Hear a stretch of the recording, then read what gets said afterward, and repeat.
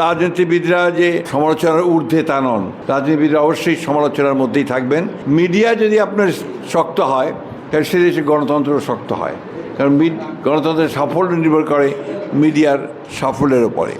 যে যারা প্রেস ক্লাবের বাইরে আছেন তারাও একইভাবে আপনার এই সাংবাদিকতার যে মূল বিষয়টা বস্তুনিষ্ঠ সংবাদ পরিবেশনা সেই দিকে লক্ষ্য রেখে ঠাকুরগাঁর স্বার্থকে লক্ষ্য রেখে তারা সাংবাদিকতা করবেন, এটাই আমাদের প্রত্যাশা।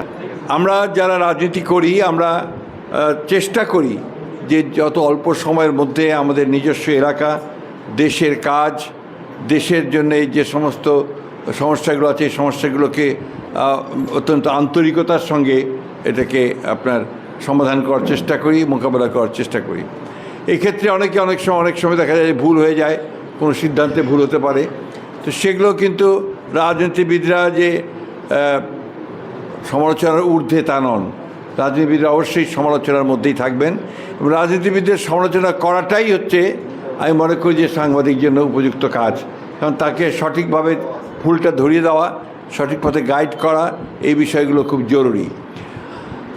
আনফর্চুনেটলি আমাদের দেশে আমরা এই সংবাদপত্রের যারা কাজ করেন তারা অনেক সময় নিগৃহীত হন। তারা নিগৃহীত হন যে কোনো একটা সত্য ঘটনা প্রকাশ করলে দেখা যায় যে যার বিরুদ্ধে ওই খবরটা বেরিয়েছে সে তার প্রতি চড়াও হয়। আমাদের ঠাকুরগাঁয়ে হয় না, অনেক জায়গায় অনেক ভয়াবহ কাণ্ড ঘটে।